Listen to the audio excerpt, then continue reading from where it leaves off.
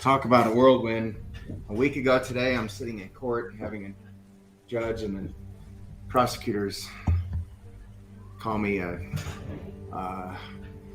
criminal that deserved, like multi-years in jail, hiding behind my current employees, to, now being 48 hours after having shook hands and hugged the Attorney General of the United States in her office in Washington, D.C. So it's pretty crazy.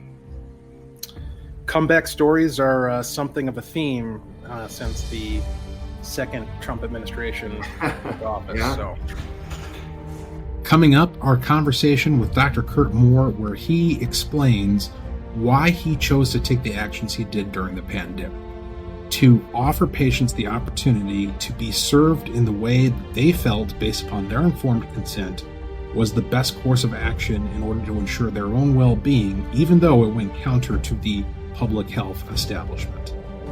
But before we get to that, here's some breaking news. Guilty on both charges. there you go. That's breaking news regarding Minnesota State Senator Nicole Mitchell and her burglary trial. And, I hate to say I told you so. Actually, I really enjoy saying I told you so.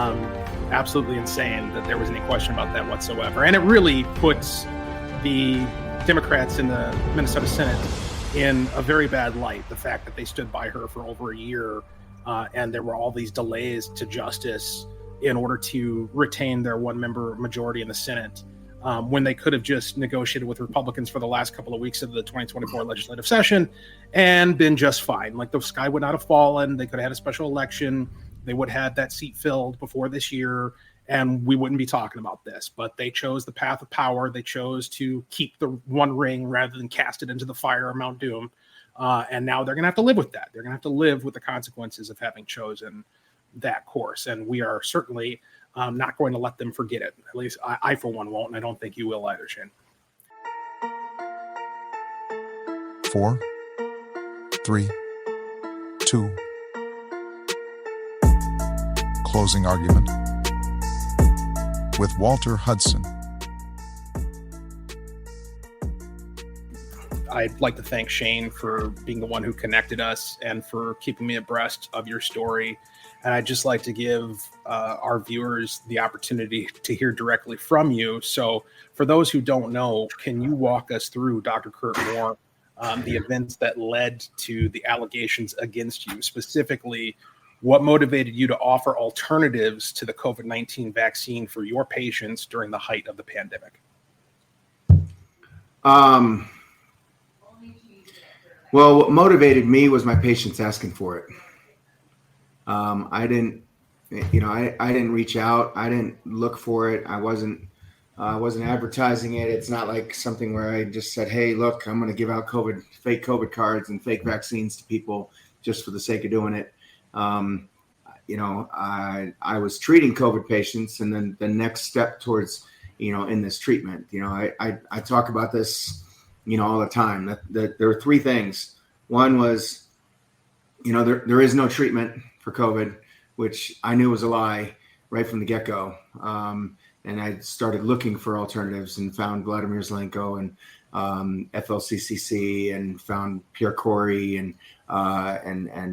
Peter McCullough online, read a bunch of articles. So I knew that there was a treatment, knew that hydroxychloroquine was out there. I later found out that, that Anthony Fauci actually wrote an article in the 2000s about, the use of hydroxychloroquine and chloroquine products in treating SARS. So, and we knew that this was, another quote unquote SARS virus. So why wouldn't this work?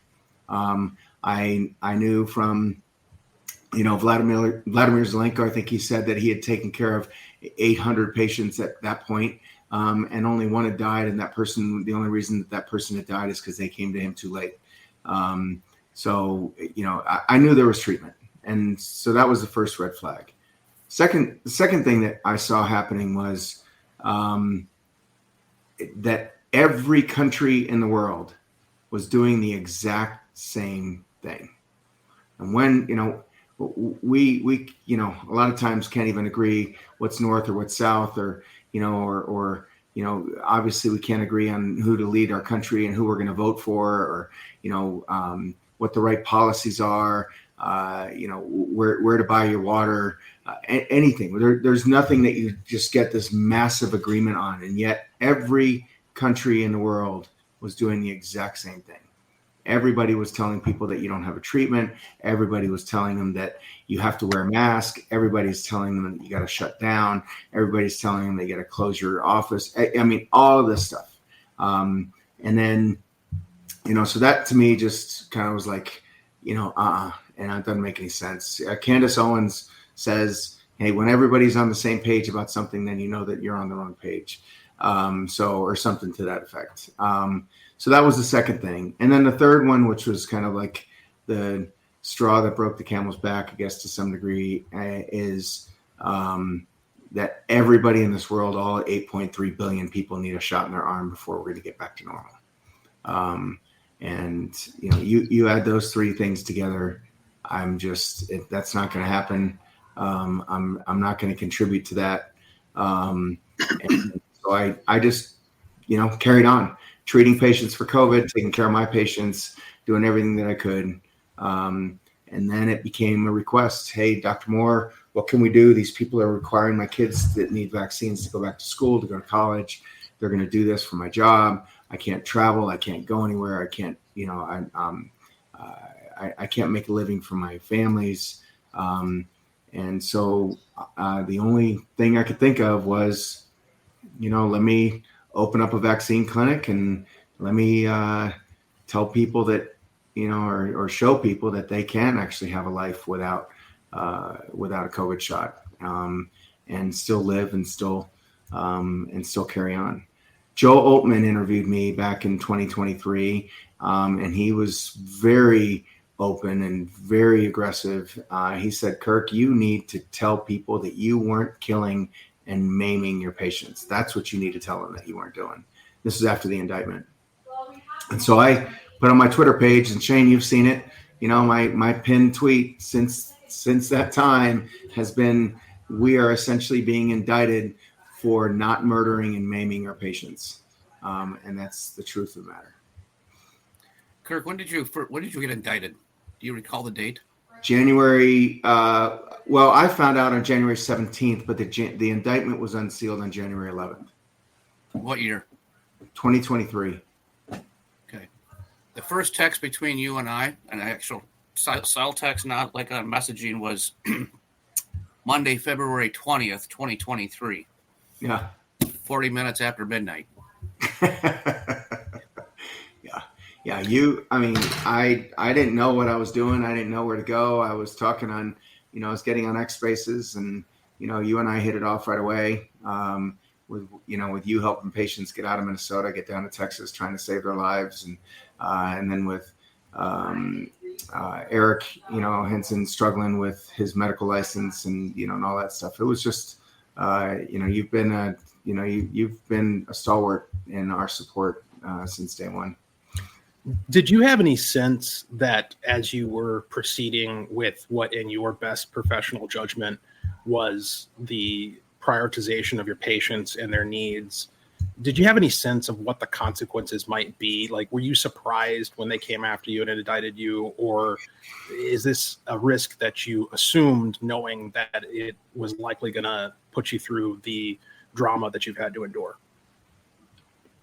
Well, I knew that it was risky. I thought it was more risky along the lines of kind of state issue stuff. I had never contacted the CDC. I never had any kind of arrangement with any federal agency, and I certainly wasn't taking anybody's money. I wasn't doing anything, financially fraud, or worthy of fraud, and yet, the federal government comes after me. So I was, I kind of was worried maybe that, if I were to start putting people's information out there and uploading it to the Utah State, immunization information system, USIS, that there could be a claim that I was falsifying medical records. That was kind of the limit of what I, feared. And that's kind of where we're at. When January 11th, when 11 officers show up in my office from the FBI, the OIG's office at HHS and DHS, kind of lined up all the way down my steps and out in my front foyer, requesting that, to serve a search warrant on myself and on my office manager for our phones. I just kind of, was like, wow, here we go. But I just didn't realize it was kind of like, here you go to that extent. It's crazy. So presumably you didn't feel as though what you were doing was wrong or unethical, even though that's how it was being judged, certainly by the prosecuting authorities. So walk us through the medical ethics of this. Like what was going through your head in terms of what your responsibility was to your patients and how that trumped any potential consequence of taking the actions that you took? Well, I mean, just like you said, I think that when you have patients coming to you and your job is to take care of your patient to the best of your ability, just that patient that's sitting there across from you, that's your job. Your job is to treat their family or their friends or the people that they might come in contact with at work or, anybody else. You are taking care of that patient. And so you have, a process of informed consent, where, and it, sometimes informed consent is, people look at it from the standpoint of like, it only relates to surgery. No, it doesn't. It relates to almost anything. You're talking to your patient, you find out what their complaints are, you tell them what you propose for the treatment, and you tell them what the risks and what the benefits are, and then you come to a mutual decision about what it is that that you're planning on doing. That's informed consent. And that's the epitome of it. So that was my first goal. The second goal was, which is what everybody says that the first goal of physicians should be is, first do no harm. I knew these vaccines were hurting people. January of 21. I mean, I didn't even sign up until May of 21 or maybe end of April, something like that. But January of 21, there were 700 deaths reported of VAERS in the United States alone from the COVID shots. 19,000, vaccine adverse events, all just to VAERS. And we already knew that VAERS was underreported. I mean, there were people getting fired for reporting VAERS reports and losing their jobs because their hospital didn't want them to upload that information to them. So, that's an underreported number by anywhere from 1% to 10%. So, that number reflects a 1% of the injuries versus up to 10% of injuries. So even if you take let's just take the 10%, that means that there were 7,000 deaths that month alone. Dr. Thorpe, I was just on a podcast with him. He said that, Kirk, with the 4,000 patients that you took care of, based upon the Pfizer numbers that you look at, you saved 280 complications and 8 deaths. Hindsight being 2020, I have no regrets about what I did, and I didn't have any regrets back then either. So you made mention of the magic phrase, and I admit, I confess to trying to fish it out of you, and I'm glad you finally dropped it. And that phrase is informed consent.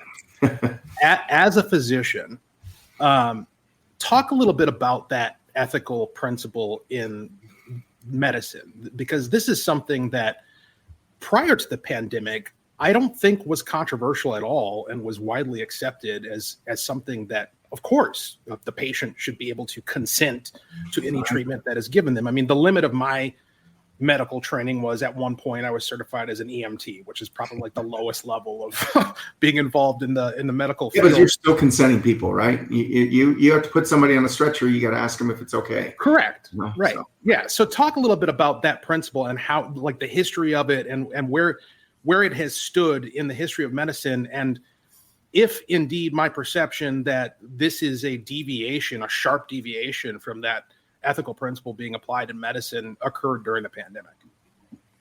Well, it's an inviolable part of medicine. I I mean, it's been there since day one. Okay. I mean, you can't treat somebody against their will, or you shouldn't be treating somebody if you don't know exactly what those risks are. I can't consent you on taking out your gallbladder, although I probably could have 25, 30 years ago, but because I don't know enough about the treatment of taking out your gallbladder. Okay.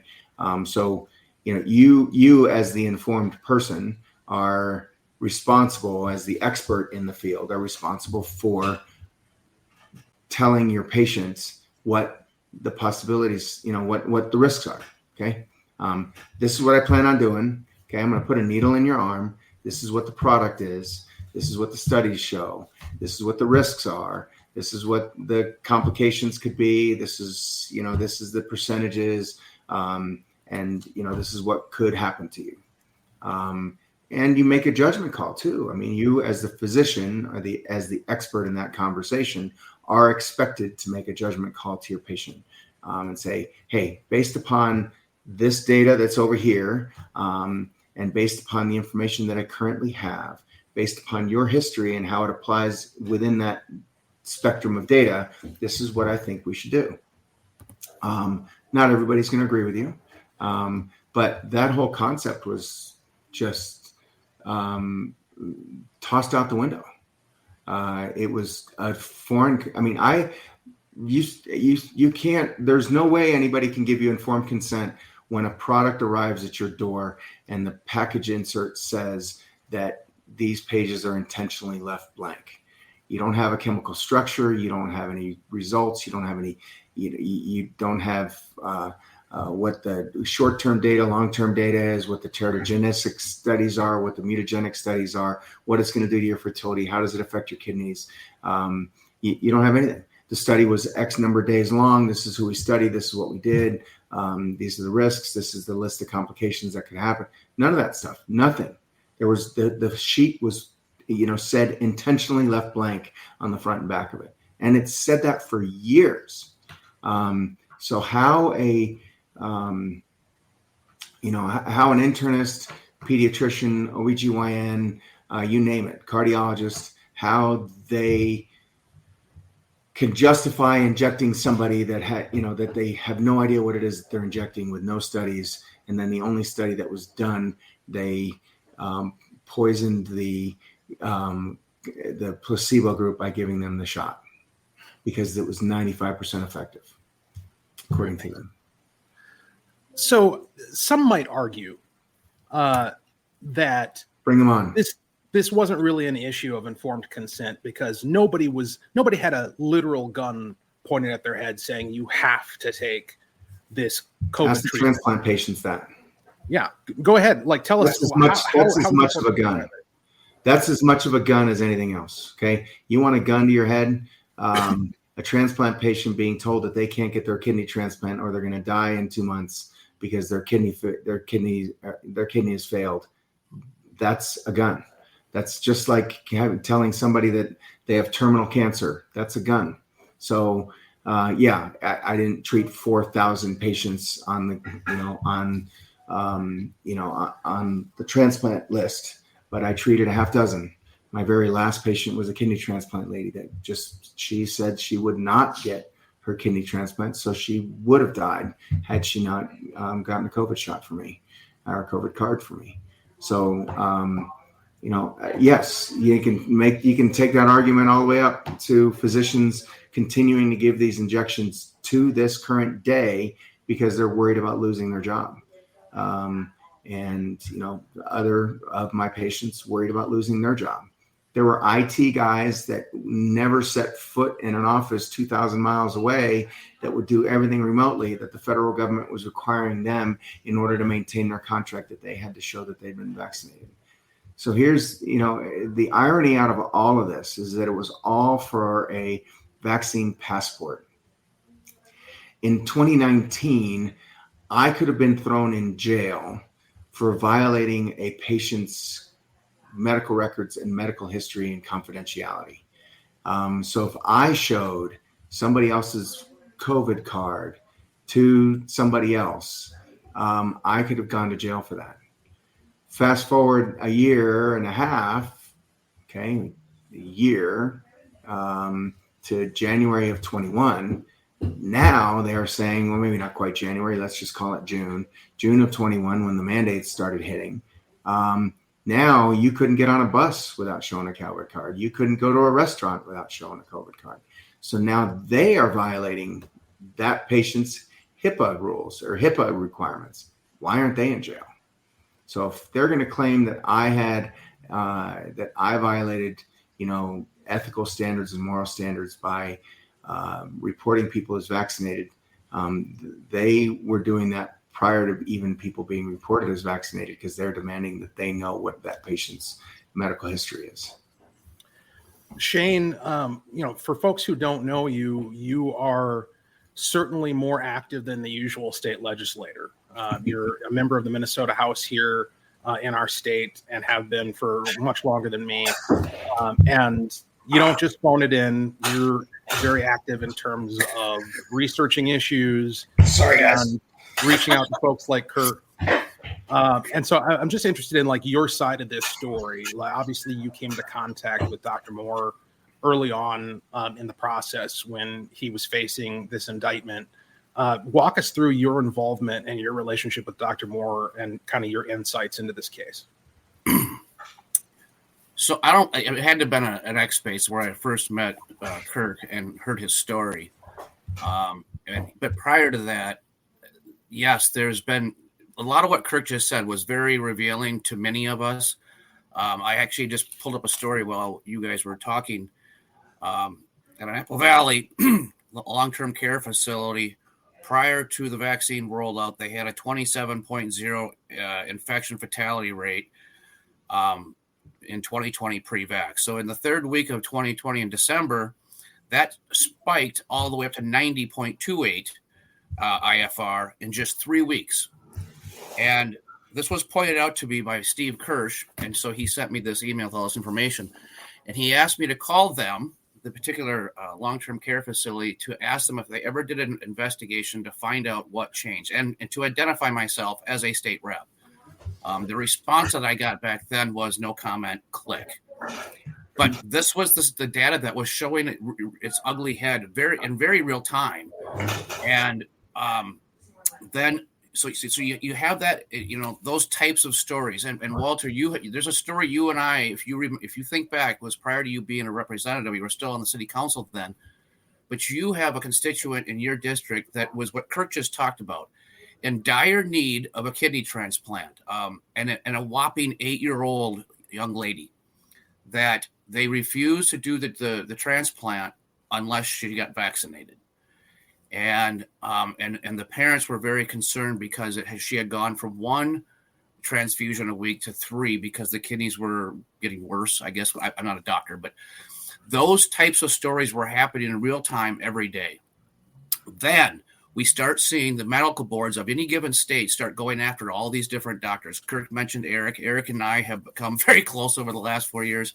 To Eric's chagrin and credit, he did over 1,200 telehealths here in Minnesota with people who had some kind of crud. They didn't go get a faulty PCR test to determine whether it was something called COVID or if it was just influenza. But, in not a single one of those over 1,200 people ended up in a hospital. All with the exception of 2 were 100% better within 48 hours, like it never even happened. The 2 that took longer, remarkably, Walter, once again, one of them, but she took about a week at the age of 80, and her husband, which we had to get him out of the hospital because they'd already got 1 round of remdesivir into him, but it took him about 6. His blood ox was kind of low, but he was 92. But they all ended up just fine. In fact, Walter, you just saw one of them. So this is where I come from. And then I find out about this guy named Kirk. I hear his story and I'm like, wow, I've heard of all these different doctors in given states where any given medical board has going after them because they are not towing the line, and either the remdesivir before the shot or after the shot. Then if you had to give the shot, you couldn't use ivermectin or hydroxychloroquine. And if you violated any of these little rules, then you were, a horrible person. But the unique part about Kirk was he was federally indicted, and that was something I hadn't heard. So I called a friend of mine. Kurt knows who I'm talking about. I think, Walter, you probably do too. He's a former FBI agent. And I asked him, from his perspective of a federal investigator, if that case was handed to you, what would you do? And his comment to me was, show me who was harmed. He said, I would close the case. I would look at it and go, there's nobody's been harmed here. And I don't think, I'm sure Kirk knows many of these people that allegedly gave saline to. To your knowledge, Kirk, did any of these people end up terribly ill? No. There was no harm, and there were no victims.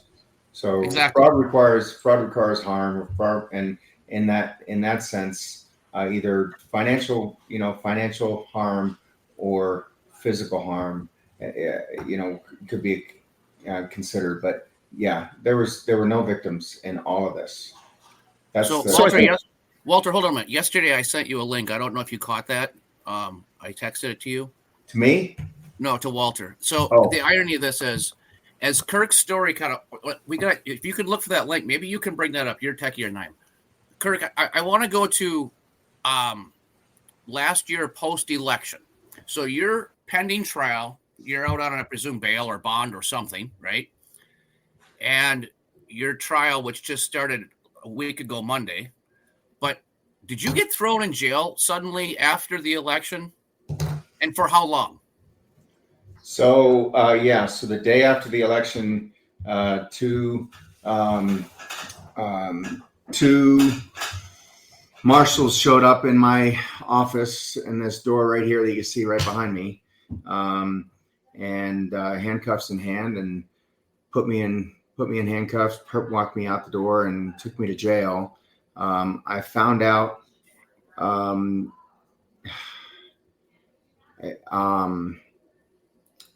I think I found out by the car what the charges were, and the charges were that I had violated my pretrial restrictions by speaking to my co-defendants about the case. When I found out later what it was, my violation of my pretrial restrictions was that I sent a text message informing two of my co-defendants that we had a hearing the next day and to bring their lawyers. That's the extent of my communication with the federal government, or with my co-defendants, that our federal government and our judge and the prosecution felt was enough of a violation to write me up and throw me in jail. And for how long was that? Two of us got arrested. So one of the three people that was in that text thread was one of the ones that turned us in. The other two of us got arrested. Chris ended up spending 2 days in jail, got released upon the day that we had our hearing. So this was it was Wednesday, November 6th, I think. And she got out on the 8th, whatever the election was, the 5th or the 6th. We were arrested the day after that, and then she got out 2 days later. The judge said that I was non-compliant, and I had shown a record of being non-compliant, and therefore I deserved to stay in jail until trial, which was currently on the books for January 17th, but we had agreed to extend it to July. So when the prosecution found that out, they said, we're not ready to proceed to trial in January. We need the defense, us, to file that motion that we agreed on so that I would stay in jail until my trial date started on July 7th. So I spent 22 days in jail. I got out on the day before Thanksgiving. When I had my hearing on that Tuesday before Thanksgiving, we had filed a motion to, so what had happened on October 19th, which was the day of our hearing, we had agreed on a trial date of July 7th. We had not filed the motion yet. The judge asked us to file the motion. So we had not filed it yet. So it hadn't been signed. It hadn't even been seen yet. the prosecution wanted us to not file the motion. They actually filed another motion to keep us from filing it, saying that, the other way around. We filed our motion for my release, and along with that, we concurrently said that if he's released, then we want to go back to the agreed upon July 7th date, and the prosecution objected to that. Part of their argument for not even allowing me to be released was that they weren't ready to go to trial, and so they needed more time, but I was a flight risk, and so they needed to keep me in jail. When we won our motion, one of the stipulations of our motion, or one of the requests, is that we would be allowed to file that extension and that continuance to July. And the prosecution, when they lost the motion, turned their argument around and said, well, no, we're ready to go to trial in July now, or in January now. We don't need to push it back to July. So it was all about making my life as miserable as they could, punishing me, and using, lawfare and tactics to just make it as difficult as possible for me to protect myself. So going back to the point about nobody was harmed by this, I anticipate that the counter argument from folks who are defenders of kind of the public health establishment would say that the harm comes from the endangerment of others. So if people don't take the shot, if people don't accept this COVID vaccine treatment, what they call a vaccine, that puts other people in danger beyond the patient, and that murkiness kind of clouds the concept of informed consent, because we all have a responsibility as participants in society to protect the people around us. And part of that responsibility is accepting this treatment, not for our own sake, but for the sake of others. How would you respond to that as a physician? Okay. So one thing, where was it ever shown that the vaccine prevented transmission? That's a great question. Okay. It never was. And in the European Union, when they interviewed the Pfizer lady, the president of Pfizer of Europe, or whatever it is, out of Scotland, I think, or I think she was Scottish or worked in Scotland. She was at the EU and presented to the European Union Commission. And that question was asked of her directly. And she said, well, no, we were proceeding at the speed of science, and therefore we have never done the studies on transmission. So that's the first thing, right? If you can't prove that you're actually preventing transmission by what it is that you're doing, then how is it that you're even protecting anybody else? And then the second thing is, if the people that are vaccinated are protected, what do they care about what I do? Okay. If they're protected against something, why do they need me to be protected? Okay. It's kind of like what Dan Bongino says about baseball. He says, if you've got a baseball player out there that can really hit, why can't he really hit? Okay. He's got a baseball player that's a really good baseball player and knows how to hit the ball and everything else. And yet he's got a batting average of 172. Well, if he's such a great batter, why isn't he not hitting? So it's been a fallacy of the whole vaccine community since the beginning of time, that you are vaccinating yourself to protect yourself from getting this illness, and you're vaccinating yourself to protect other people because you're not going to be able to transmit it. This was a non-sterilizing vaccine. If it's even called a vaccine, it's not a vaccine, but it was a non-sterilizing therapeutic intervention, meaning that it was doing absolutely nothing from preventing you from getting the disease or from preventing anybody else from getting the disease. So no, you're not putting anybody else at risk by not vaccinating yourself or by not vaccinating your patients. As a layman, I found a certain dissonance in the claim that we need to accept this treatment in order to protect others, while at the same time, it seemed like there was an institutional rejection of the concept of herd immunity, which again, kind of like when we talked earlier about consent, informed consent, the concept of herd immunity was a universally accepted medical concept until 2020, it seems, and then all of a sudden became controversial. how do you contend with that? Or what were your observations? They kept changing the number. Well, we need 70%. No, we need 80%. No, it's about more like 85. No, you know what? We really need 95 or better in order to get herd immunity. Again, it's nobody's ever proven any of that. It's been an axiom and a moniker of the vaccine community since the late 1700s when they started with with the smallpox vaccine, and it's just persisted until now. I mean, that's when the safe and effective term also came about. And with Dr. Jenner in the late 1700s, early 1800s over smallpox, safe and effective.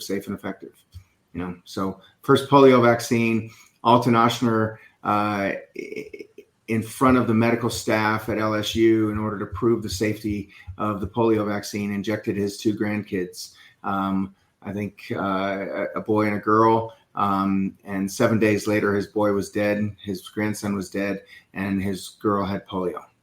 So, there's your safe and effective narrative. I'm sure that medical staff at that time, there was no internet, there's no telephones, or very few telephones. It was just radio communication and newspapers. I'm sure that was never published. And so most of the people that sat there in that auditorium probably didn't know that even happened. Bernice Eddy was the first physician at the CDC or NIH, or that would have been right about the time that the CDC was established in the 1940s. She was the first doc to be completely and totally canceled because she found SV40 in the polio vaccine.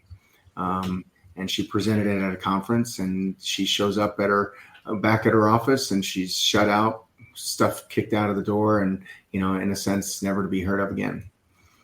So it's a time tested way that they've had to marginalize and censor the opposing views when it comes to kind of vaccine ideology. Well, and we're consistently told to quote unquote trust the science, which is an interesting slogan that has a lot of implications. But if we think about what science actually is, what the scientific method involves, it's kind of telling that when somebody presents a counterpoint or when they come up with a minority report, for lack of a better term, that they face that kind of prosecution from various institutions within the public health establishment. Because you would think that if we're actually engaged in the scientific method, if we're actually engaged in science as such, that we would welcome challenge. I mean, that's the whole concept of peer review, is that other people take a look at your work and kick the tires and see if you've covered all the bases. Where are we at in terms of the integrity of that process in 2025? Does it feel as though the pendulum is swinging back in the direction of actual science, or do we continue to have a systemic problem here? We still have a systemic problem.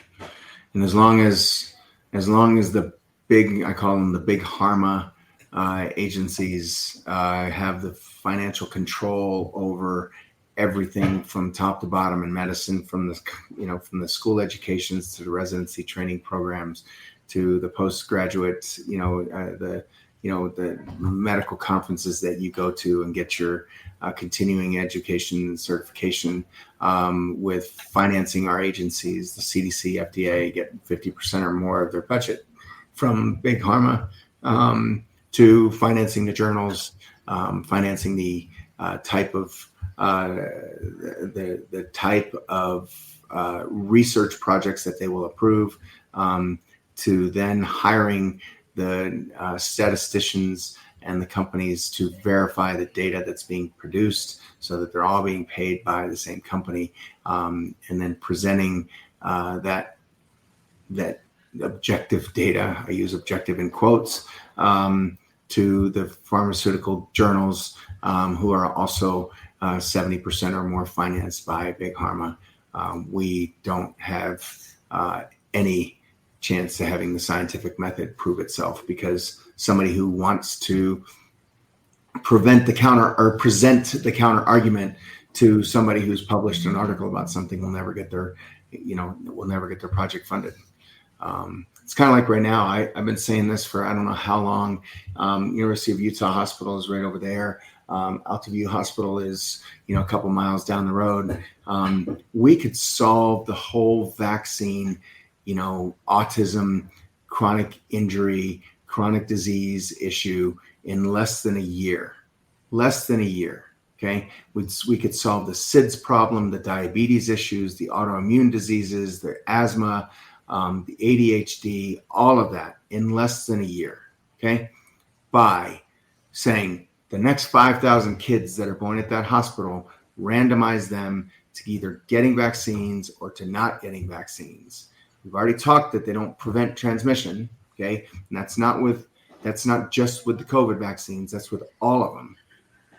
So you're not endangering anybody. Potentially can make an argument that if the vaccines are effective, you are potentially endangering the babies that are not getting them. But again, you have to make the assumption that they're ineffective until you can prove that they are effective, because they've never been proven to be effective. So you could take the next 5,000 babies that are born at that hospital, randomize them, 2,500 in one arm, 2,500 in the other, and in a year's time, you'll be able to measure the amount of autism, the amount of all the chronic disease in, across the board, and you will have your answer in no time. Okay. As a matter of fact, the CDC, NIH could actually call and use their own vaxxed, unvaxxed data that they already have in place, and just publish the data that they already have, and it will show that the vax community has a significantly higher rate of any and all diseases, just like Paul Thomas did in the book that he wrote 6 or 7 years ago. Shane, what am I missing? What part of this conversation hasn't been illuminated? Walter and Kirk, the data, the study groups exist. You need not look any further than the Amish community. Right. And the fact that Steve Kirsch traveled to, I believe it's Pennsylvania, and went to one of the largest Amish communities trying to find an autistic kid. He couldn't do it. There was rumor there was at least 2 or 3, if I recall correctly, from back then. But he couldn't find them. So there's so much to it. And Kirk, when you were talking a little bit ago about those that, developed injuries, what have you, our own commissioner of the Department of Health, after she stepped down post all the COVID stuff, all the mandates, lockdowns, everything, who constantly pushed that the shot mandate or incentive programs, you could go to the state fair, get a shot. You could win a free college tuition for the whole 4 years, $100 or $200 gift cards.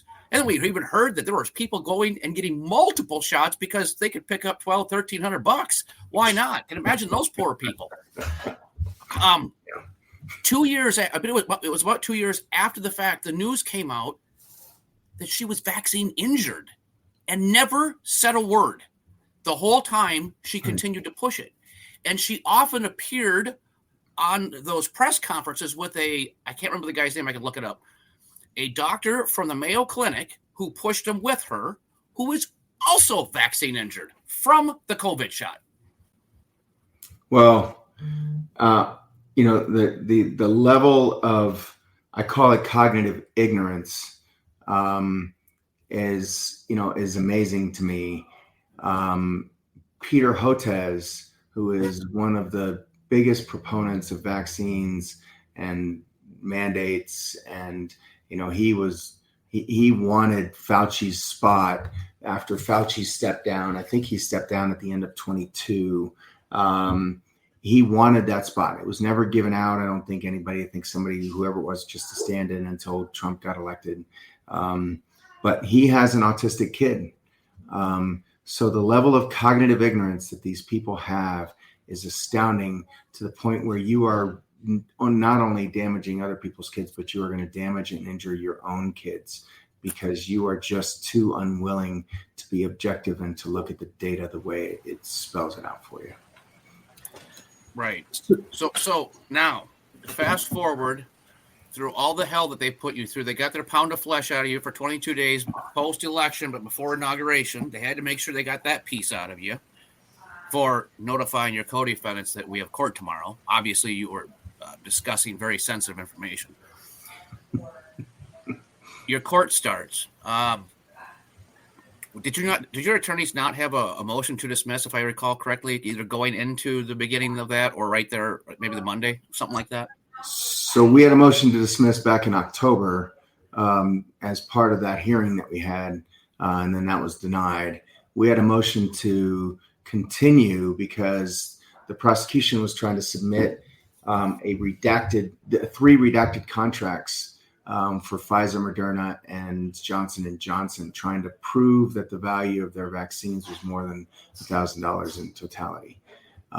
So we didn't get the motion to continue, but we did get the motion that they weren't able to present that they weren't going to be able to present the redacted contracts. So they went back and got unredacted versions of the contract. I have not seen them. They were only presented just to the attorneys on both sides.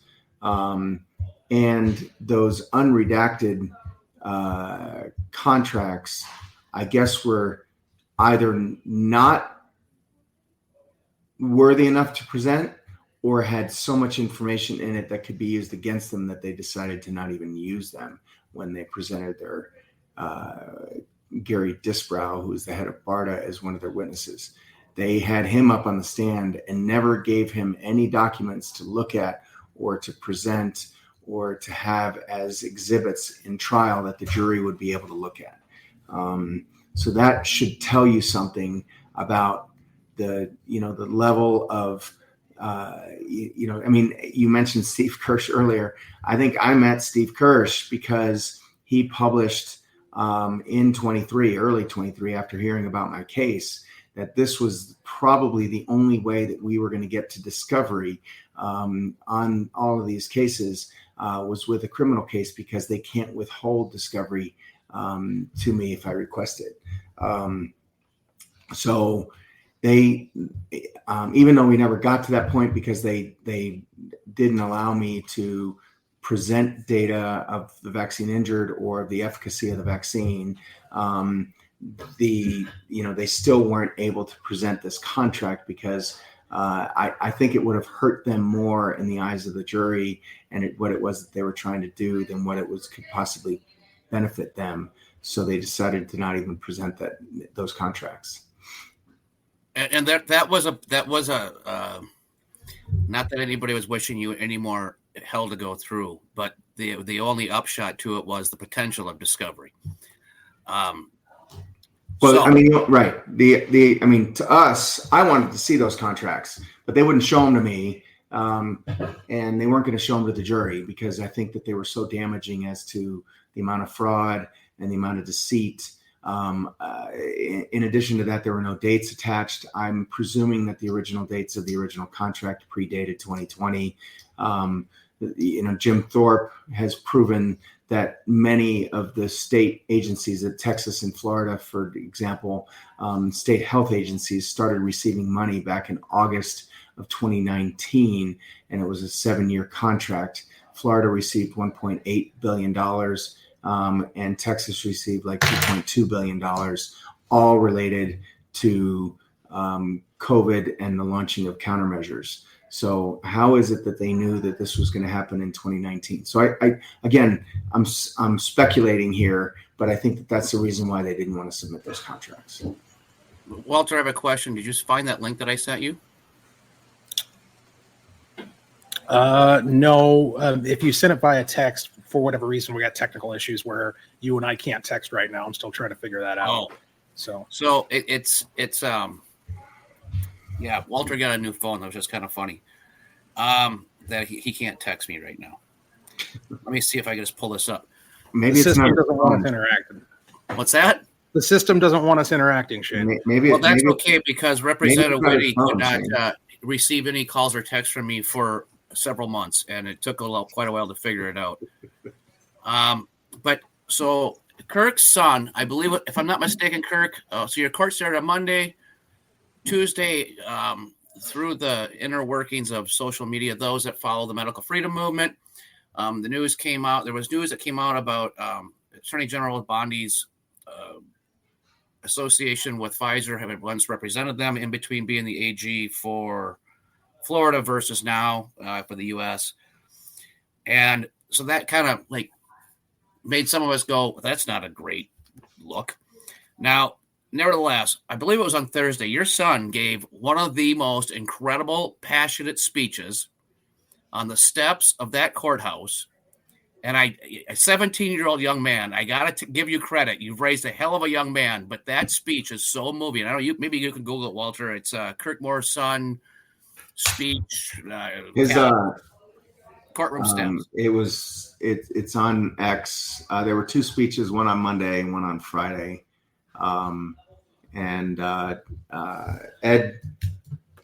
Ed Zoll from Died Suddenly posted those, and I could probably find them and send it over. But yeah, Mike, that one speech that Michael made, I'd have to look and see, but I'm pretty sure that the one that he did on Monday, is over 1 million views, and the one that he had on Friday was 1.7 million views. So here's this one, 1.5 million on the one that he did on Friday. You want me to send that to you? I'll send it to you. I'll send it to you as long as you don't play it. Okay. Because I can't listen to it or watch it without crying. Okay. All right. That's fair. But maybe we'll cut you loose and then we'll go on for another 5 minutes and then we'll play it. Okay. But this is a young man who is incredibly proud of his father. This guy has been put through absolute hell. And, some people think, well, Walter, you kind of see it in our Capitol complex. There are people think that I'm flipping nuts because they think I'm anti-vax to the end of the world. But as Kirk has pointed out, I was never anti-vax. But the more you learn about it, the more crazy it gets.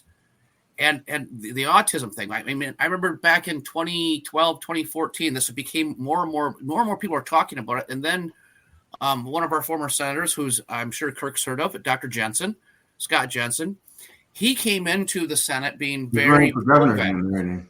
What's that? Yeah, he's running for governor again. Yeah, he did announce that. He told me that on the floor a couple of months ago. But he came into the Senate very, very pro-vax.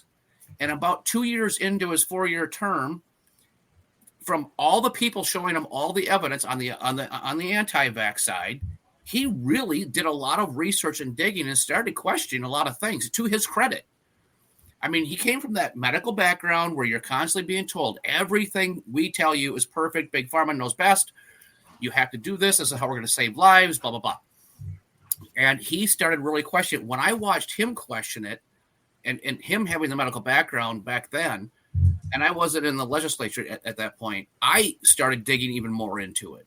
I mean, it kind of gave me the catalyst because he pushed back on it really hard early on. And it's just a fascinating journey between all of it. Kirk, I am the best text I got was Saturday morning. Mary Bowden sends me this text, not public. All charges are going to be dropped. That's all it said. Something like that. I'm paraphrasing a little bit, but it didn't say who or what. So I simply responded with Kirk Moore, ? To which she said, yes. And I literally was riding this high all day long. So wait a minute, who did you send that message to?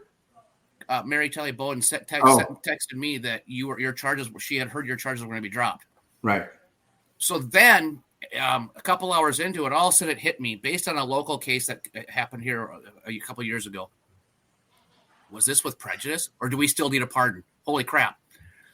So that's when she was texting. We were on the phone together. She texted somebody and said, "I'm hearing it's with prejudice." I texted you. It wasn't with prejudice. You said yes. We confirmed it. All right, we'll leave Trump alone. Right. Because we were pushing. I was pushing Thorpe to get into Bobby's ear. I was pushing. I texted Walter and I's congressperson. I mean, everywhere. By the way, our congressperson, I want the public to hear this. His response when I texted him on Saturday saying thank you, I don't know what you did or didn't do, nor do I care. Just thank you. He responded with, MTG deserves all the credit. Thank you for bringing me into the know. Something to that effect. So he's giving MTG all the credit. She was the pit bull that was fighting like hell for you throughout the complex of Washington, D.C., making this argument. Said the same thing. So when they called me on Monday to set up a visit, they said they had to clear it with MTG to make sure that she was going to be there.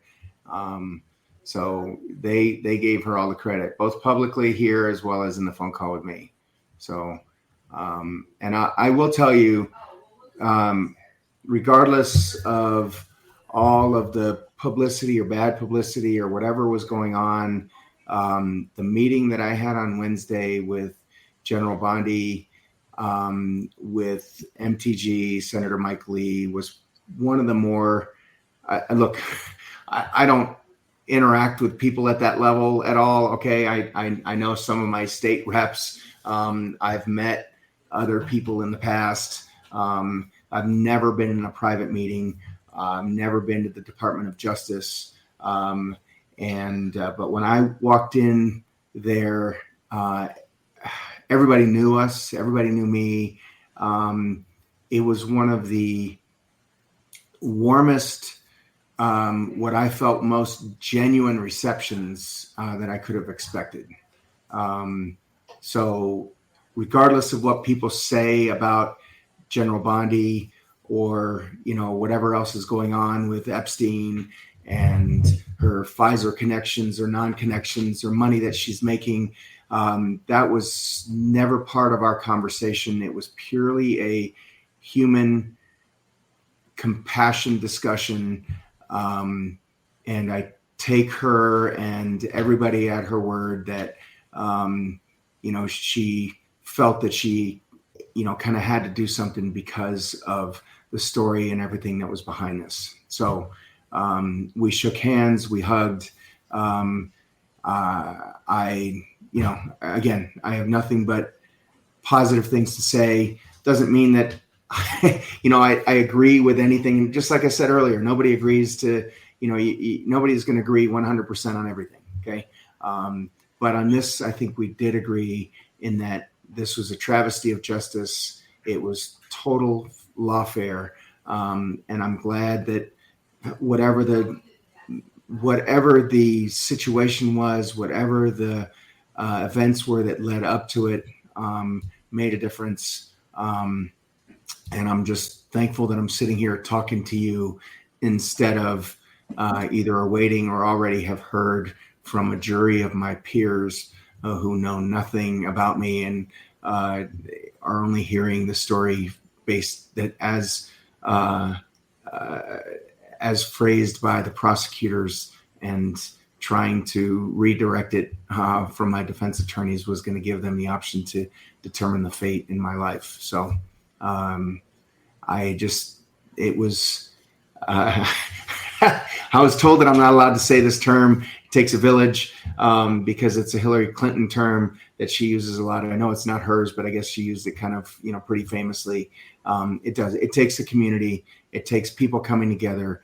And last week, from July 7th to July 12th, was a time where we all came together. We're able to bring the public together and make some changes to kind of derail this prosecutorial train that was trying to convict me for taking care of my patients the way they wanted to be taken care of. Dr. Kirk Moore, thank you very much for joining us and sharing your story, and more importantly, for doing what you did on behalf of your patients. So I am running low on time here. I got a couple of events I need to get to tonight. However, I do want to take the time to take a look at this speech that I found online of Dr. Kirk Moore's son, Michael, giving this speech, and hopefully the audio will come through here. Thank you, everyone, coming out. Means a lot, and it means a lot to him. So thank you. I stand before you today not just as a son, but as the voice of a man whose life has been dedicated to serving others. My father is a doctor. He is a veteran, and he is my hero. And today he stands on trial, not because he did something wrong, but because he did something right.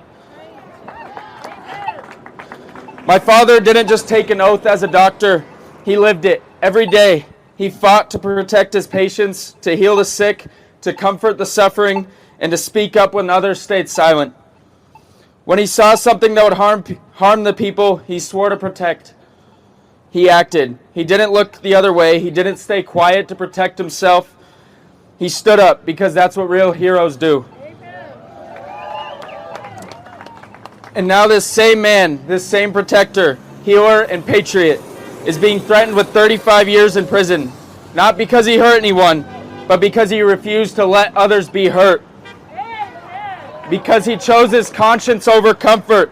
That's not justice. That's punishment for doing the right thing. But I want you all to know this. No matter what happens in the courtroom, my father will never be a criminal. He will never be guilty in the eyes of the people who know him, love him, and have saved by him. He is a man of honor, of integrity, and deep compassion. To the government, I say this. You can try to silence him, but you will never erase what he's done for his patients, for his country, and for his family.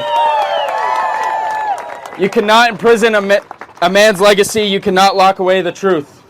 To my father, Dad, I love you. I believe in you. I'm proud of you. And no matter what they say or what they do, you will always be my hero. Thank you.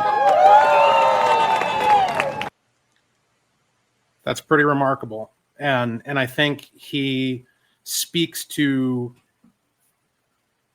everything that we talked about with Dr. Moore today, which is that this is, regardless of how it's been framed by those who have been both prosecuting him and demonizing him in the public, at the heart of this was concern about the well-being of his patients, which of course is what a physician is supposed to be focused on first and foremost. The person who's in front of me, as Dr. Moore said, I'm not here treating the community. I'm not here treating the public. I'm here treating this patient who's sitting in front of me, and what is in their best interests as an individual, and what have they consented to with the full amount of information that is available to them, and what is my responsibility as a physician to disclose to them everything that I know and sincerely believe based upon the evidence that I've reviewed about the risks and benefits of this treatment. And we've gotten so far afield from that in modern medicine, and certainly in this kind of Frankenstein monster of the public health establishment that's been developed, where the well-being of the individual is subordinated not just to this collectivized concept of public health, but also to the various economic beneficiaries of imposing these mandates upon people. I would agree. But there is so much, and there are different bill ideas that I have for next year, and encompasses in some of this. I sit in, we don't have cable anymore, but we do have the antenna, whatever. There is currently a commercial running, and it's this kind of stuff that makes me just go, how can this not be more obvious? But it's, if you're on this particular bipolar medication and you're experiencing this side effect, they have a new medication to deal with the side effect. So now you're on 2, just for that. And, you know, we were together the other day and talking about different issues going on, but Kirk even mentioned mental health. How much of this is the psychotropic drugs that Glenn Grunhagen has talked about for years, and the SSRIs? How much of this is leading to that? And then you get into the hormone puberty blocker drugs that have become a trend lately. What is going to be the long-term effect of introducing the opposite hormone to what you were born as? So you're giving a female hormone to a male and a male hormone to a female based on a trend that has become popular. And I've asked people many times, and you know, Walter, you and I are getting, well, you're younger than I am, but we're getting up there a little bit. If you've ever watched a woman that went on hormone replacement therapy due to menopause, it is the roller coaster of hell on emotions. It takes the doctors a while to try to find the balance, right? Because everybody's different. Everybody's body's wired differently. But now, put that into the context of a perfectly healthy, vibrant, very strong hormone teenager, and then introduce the opposite. When we were growing up, how often did we hear that these guys who wanted to be mega bodybuilders and they would take steroids and it would create this insane temper and anger, yet we're justifying it now. I just find the whole thing crazy. But the commercials, I think, is a big part of it. And like I said, the media is not going to be happy about it. There's many, many reports showing it's about 70% of their revenue comes from big pharma. And that's probably a big amount of money. But, the upshot to that is when you look at the ratings, maybe it's not going to be that big of a deal because nobody's watching that stuff anymore. They're all turning to independent podcasts where they can find truth and not pre-programmed information tell a vision. Well, and it raises serious ethical concerns about journalism if 70% of your ad revenue is coming from one industry. I mean, we can all imagine what the left would be saying if 70% of ad revenue for media outlets was coming from, say, the oil industry. I mean, they would lose their minds about the conflict of interest that obviously imposes. And they'd have a point. And the same is true here. Like I say, I got to get going. I appreciate you joining me today, Shane. And this was a good experience. And I'm sure we will have you and many more of your VIP guests with us in the future. So thank you, sir. That's it for today. If you are an X subscriber, a YouTube channel member, or a audio podcast subscriber, you can check out the bonus question that I asked of Dr. Kirk Moore regarding what the future of the medical profession and the healthcare system ought to be. Here's the question I asked. Before we let you go, I want to ask one bonus question, and that is, how do we unwind this? Like, what do you see? Like, if you had a blank slate, a blank whiteboard, and you could redesign the healthcare system so that you had more independent and scientifically robust medicine being practiced in the United States, what are kind of like, 3 to 5 things that you would recommend in terms of reforms to the system?